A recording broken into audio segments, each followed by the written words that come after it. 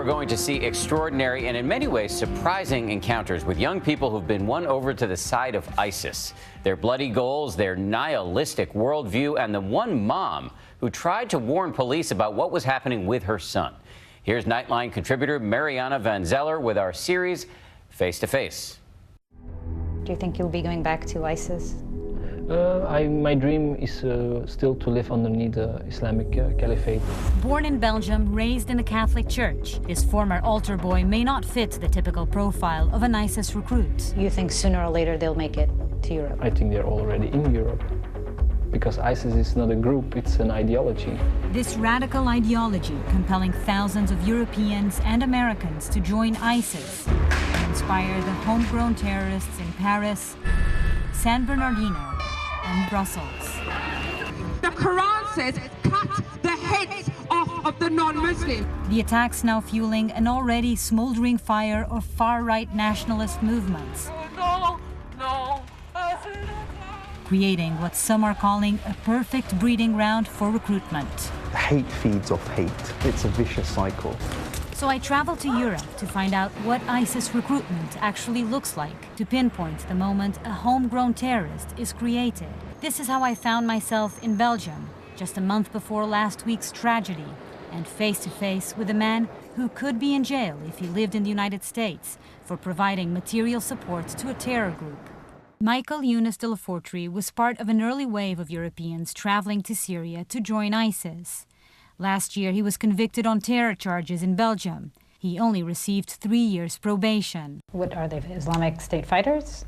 Yeah, they're my brothers in Islam. Why do you think then that people like yourself are joining ISIS? We have people, not only people who are uneducated, we have doctors, we have nurses. Those people also leave.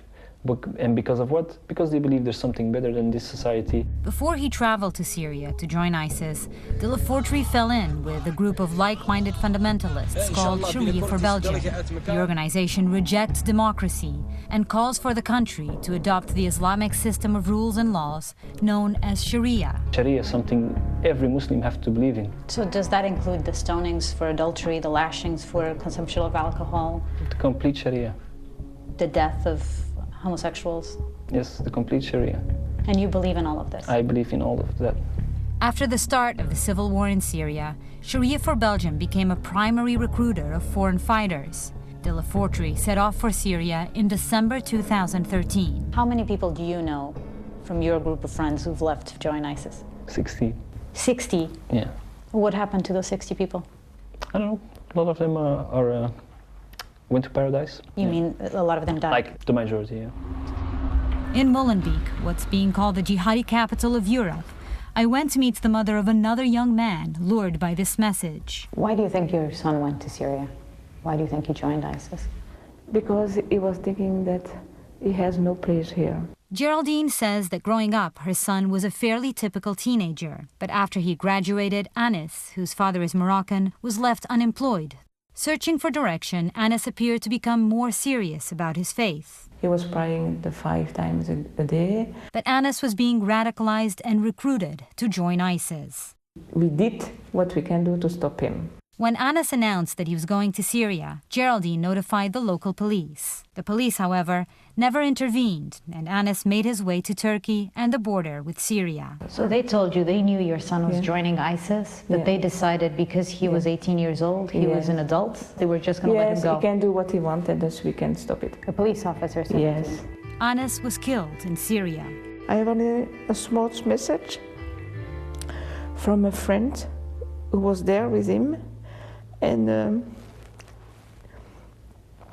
he said to me, your son is dead during the attack of Deir el-Zor. You must be proud of him. He was a good guy. Everybody loves him. Be proud of him. And nothing else, nobody, nothing. Today, Geraldine blames the recruiters who convinced her son that it was his duty as a Muslim to join the Islamic State. We don't understand how they are able to change the brain of the young to accept to do that. What authorities didn't count on is that some of those young men would come back. including this man standing next to Anis in a photo from Syria. He's Abdelhamid Abaoud, also from Molenbeek, and the suspected ringleader of the Paris attacks. Sofiane Sekri, a 25-year-old Uber driver, was there that night. His first response was to help shuttle people out of the area of the attacks. But after things settled down and the identity of the attackers became known, Sofiane says he had another reaction. Comme je dis, on est là. Tu penses vraiment que tu aurais... Ah oui. All of the known gunmen turned out to be European citizens, and in many ways they share the same profile as Sofiane, young Muslims who were born in Europe, the sons of immigrants, prime targets for ISIS recruitment. But Sofiane insists that most people here are thinking more about putting food on the table than jihad. On pense même pas à Daesh, on pense pas à ça. Nous, on a d'autres chats à fouetter, on a d'autres choses à faire. Still, high unemployment, poverty, and marginalization here make it fertile for radicalization. The messages often spread through slick online videos, but also face-to-face, sometimes starting as simple conversations. Ils viennent nous voir pour devenir radicalisés. Ils nous expliquent comment devenir Qui sont-ils? Des gens qui tournent dans Paris, qui viennent nous discuter, qui nous disent voilà, arrête d'être habillé comme ça, arrête d'avoir les cheveux comme ça. C'est pas bien d'avoir des copines. Combien de fois est-ce que les personnes sont... 3 fois dans ma vie, 3 fois, 4 fois. So why do you think it works with some people and not with others? Why didn't it work with you? Parce que ces gens-là sont seuls.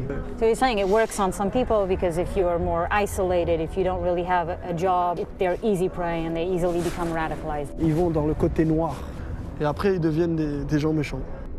They feel like they're caught in the middle between the more radical Islam that doesn't like them and disapproves of them and would like to see them dead, and the French who see them as outsiders and who don't feel like they belong in France. It's these kinds of insecurities that extremist groups exploit, something that journalist Hind Frahi has been warning about for years. I met her in Belgium, where a decade ago she tried to alert authorities about the growing threat, after she went undercover in Molenbeek to investigate rumors of radicalization. I even heard an imam telling in his Friday sermon that people should go and enjoy the jihad. So it wasn't discreet, it was like it was normal. At the time, Hind's investigation was largely dismissed by authorities. They just told me that I was too young. I just was manipulated by young people on the street. But the question is now, who got manipulated? After the Brussels attacks happened, I checked back in with her. You warned about this 10 years ago when you wrote your book. What does this mean? It makes me feel, Mariana, very sad because I didn't want it to be right. I'm really afraid that people, especially on the right wing, will take these events to give more reason to their racist point of views.